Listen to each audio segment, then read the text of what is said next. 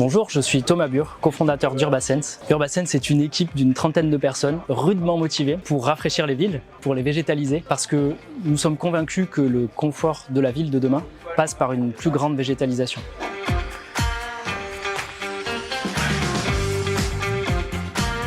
Nous venons d'installer un dispositif tensiométrique pour suivre les plantations de ce point d'aquapuncture chez Cantis. La première étape, c'est de venir choisir l'arbre qu'on va équiper. Nous avons choisi celui-ci parce qu'il est grand et parce qu'il est le plus exposé au soleil et au vent. La stratégie, c'est d'équiper l'arbre qui va avoir le besoin de plus d'eau d'arrosage ou de plus d'eau de pluie pour être certain de maintenir dans un bon état de confort hydrique l'ensemble des plantations qui sont faites sur le point. Une fois qu'on a choisi l'arbre, on peut implanter les sondes. C'est 3 capteurs, comme celui-ci, que l'on place à différentes profondeurs dans le sol et qui mesurent l'humidité, l'eau disponible pour la racine. Notre objectif, en réalisant cette mesure, c'est de détecter les endroits où une racine active est présente dans le sol.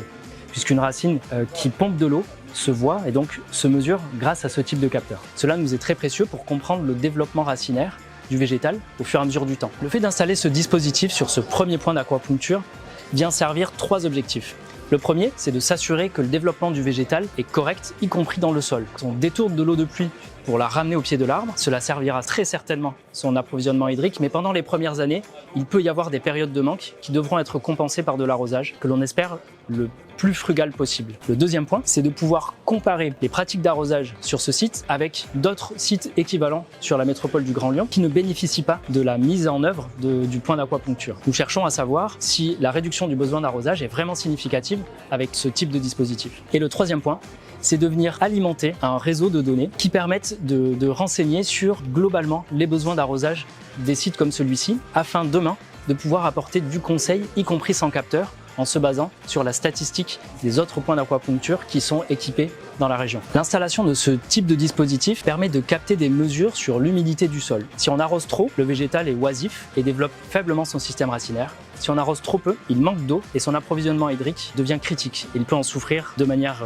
irrémédiable. Une fois que les sondes sont installées, elles sont toutes raccordées à un dispositif électronique comme celui-ci, une MiniSense, qui est une carte électronique durcie prévue pour résister aux conditions difficiles de l'environnement. Et son objectif, c'est de mesurer régulièrement, plusieurs fois par jour, les valeurs des sondes et de les exposer sur Internet. Le métier d'Urbasense, c'est d'exploiter ces données pour en produire de l'information sur l'état du végétal, l'état notamment de son développement racinaire, puisque c'est par les racines, où est-ce qu'elles sont, de combien elles ont besoin d'eau, que nous pouvons ensuite en déduire un besoin d'arrosage éventuel. Et l'objectif, c'est d'émettre des bulletins d'arrosage ou des bulletins de non-arrosage pour le bien du développement des plantations.